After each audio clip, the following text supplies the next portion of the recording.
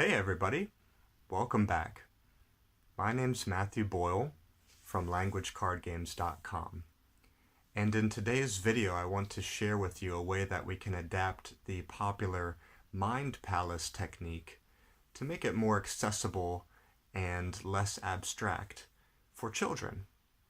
So briefly, what is the mind palace? Well, that's a technique that memory masters use the world over to memorize large amounts of random information very quickly, and they have competitions about it.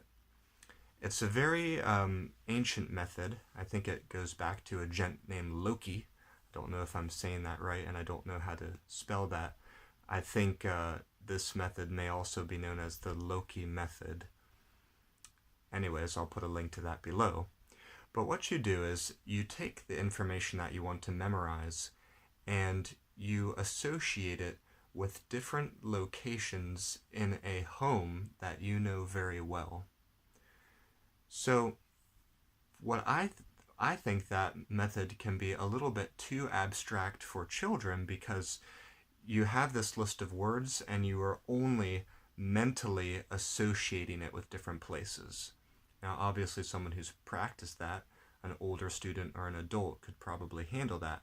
But for children, it might be a little too abstract, especially at first. So what I want to suggest is that you take the flashcards that you have made for those different words. If you haven't already, you could go ahead and make some. And you take those cards and you physically put them in the locations that you are also going to visualize.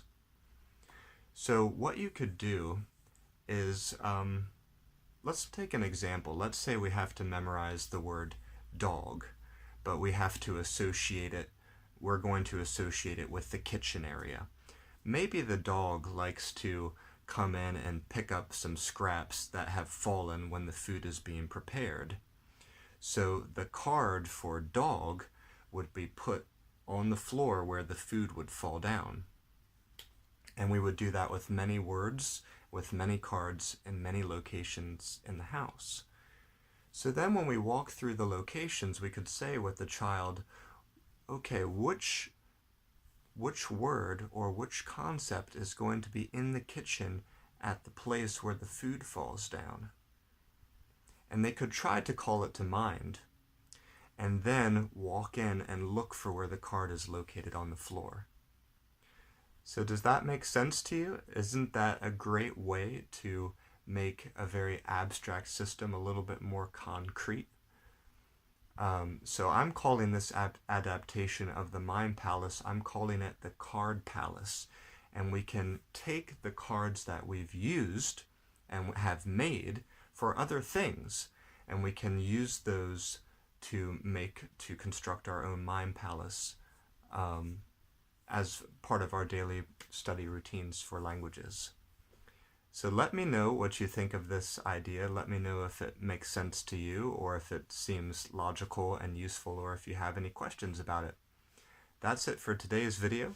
Thank you so much for watching, and I'll see you back here next time.